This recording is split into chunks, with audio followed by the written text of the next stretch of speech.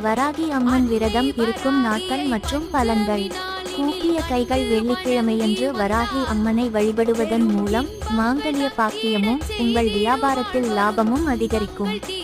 கூப்பிய கைகள். ஞாயிற்றுக்கிழமைகளில் விரதமிருந்து வழிபட்டு வந்தால் நோய்கள் நீங்கி ஆரோக்கியமான வாழ்வு கிடைக்கும் என்பது ஐதீகம்.